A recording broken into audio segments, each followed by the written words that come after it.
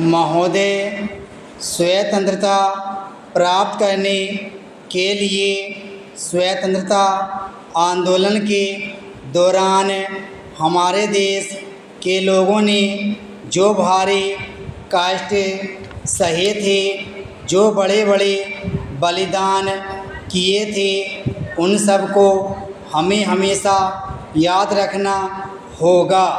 हम लोगों के आभारी हैं। मैं उन सभी लोगों को प्रणाम करता हूँ जिन्होंने महात्मा गांधी और दूसरे महान नेताओं के नेतृत्व में स्वतंत्रता के आंदोलन में भाग लिया था। हमारे संविधान का निर्माण करने वालों ने प्रजातंत्र, समाजवाद और धर्मनिरपेक्षता के सिद्धांतों पर आधारित लोकतंत्रीय शासन प्रणाली हमें दी थी। उस समय से अब तक हमने इस दिशा में काफ़ी विकास किया है और अब लोकतंत्र की जड़ें इस देश में बहुत गहरी हो गई हैं। यहाँ जनता की इच्छा ही सब कुछ है, उसी में शासन की शक्ति है। इसलिए हमारा अपनी लोकतंत्रीय परंपराओं पर गर्व करना उचित है। राजनीतिक स्वतंत्रता प्राप्त करने के बाद हमारे ऊपर बहुत बड़ी जिम्मेदारियां आ गई थीं।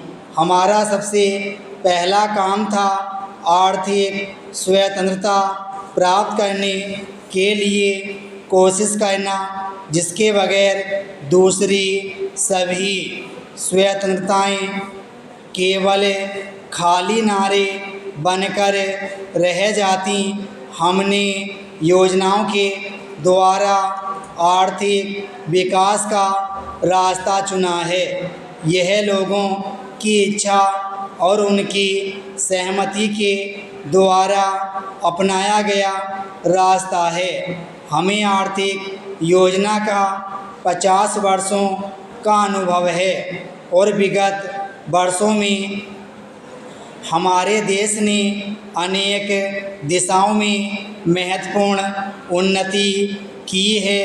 कृषि और औद्योगिक उत्पादन के लिए पक्की बुनियादें रख दी गई हैं, जिनसे विकास की दरों में पूरी वृद्धि हुई है। इसके साथ ही साथ स्वास्थ्य और शिक्षा जैसे दूसरे क्षेत्रों में भी हमने उन्नति की है। हमें यह भी नहीं भूलना चाहिए कि हमने यह सब कुछ लोकतंत्र के ढांचे के भीतर रहते हुए ही प्राप्त किया है। हमने जो प्रगति की है उससे हम अपनी तेज़ी से बढ़ती हुई जनसंख्या की बुनियादी मांगों को एक सीमा तक पूरा करने में सफल हुए हैं। सदियों से हमारे समाज की प्रगति रुकी हुई थी। अब हमें समाज से गरीबी, भूखमरी और बीमारी को जड़ से उखाड़ फेंकने की कोशिशों में लगातार आगे बढ़ रहे हैं। दुर्भाग्य से देश के कुछ हिस्सों में हिंसा की घटनाएं हुई हैं। लोकतंत्रीय समाज में हिंसा के लिए कोई स्थान नहीं है। यह एक प्राकृतिक बात है कि जो समाज आगे बढ़ता है उसके सामने अनेक समस्याएं भी उठ खड़ी होती हैं, परंतु कोई भी समस्या ऐसी नहीं होती जिसे सद्भावना के साथ आपसी बातचीत के जरिए नहीं सुलझाया जा सकता।